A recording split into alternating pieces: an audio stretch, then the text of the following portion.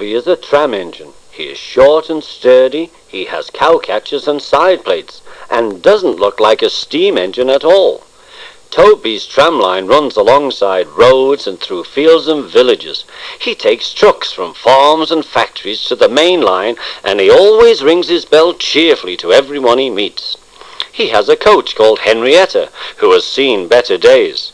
Toby is attached to Henrietta and always takes her with him. She might be useful one day, he says. Henrietta used to have 9 trucks rattling along behind her, but now there are only 3 or 4, because the factories send their goods mostly by lorry. The cars, buses and lorries often have accidents. Toby is always careful. He hasn't had an accident for years. But the buses are crowded and Henrietta is empty. I can't understand it, says Toby sadly. People come to see Toby, but they always laugh and stare. Isn't he quaint and old-fashioned, they say. They make Toby so cross. One day, a lady and a stout gentleman with a little girl and boy stood nearby. The gentleman looked important, but nice. He was, of course, the fat controller, but Toby didn't know this yet. "Come on, grandfather," called the children. "Do look at this engine."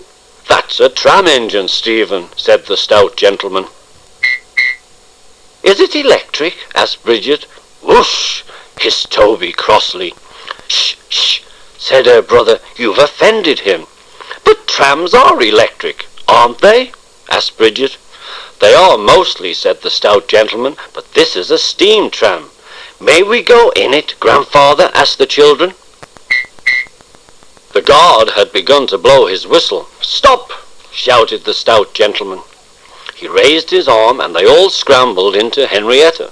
"Hip, hip, hooray!" chanted Henrietta as she rattled along behind Toby. But Toby did not sing. "Electric indeed," he snorted. He was very hurt. The stout gentleman and his family climbed out at the next station. "What's your name?" he asked. "Toby, sir," said the tram engine. "Thank you, Toby, for a very nice ride," said the stout gentleman.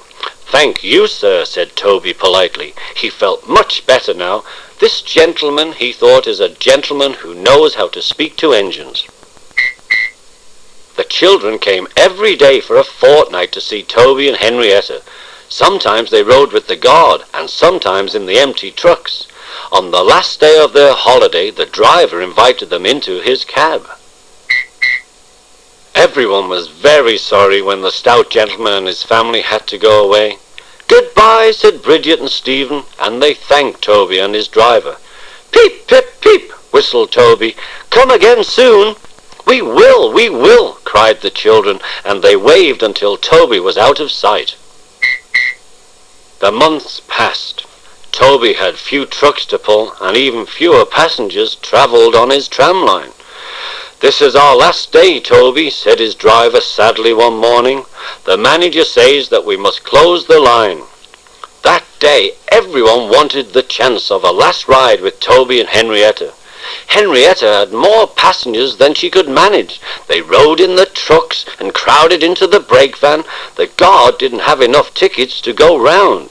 As they travelled along, the passengers joked and sang.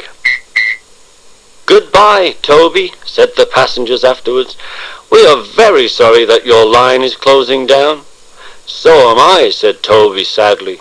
The last passenger left the station and Toby puffed slowly to his shed. "Nobody wants me," Toby thought, and he went unhappily to sleep. Next morning the shed doors were flung open, and Toby woke with a start. His driver was waving a piece of paper. "Wake up, Toby," he shouted. "Listen to this. It's a letter from the stout gentleman."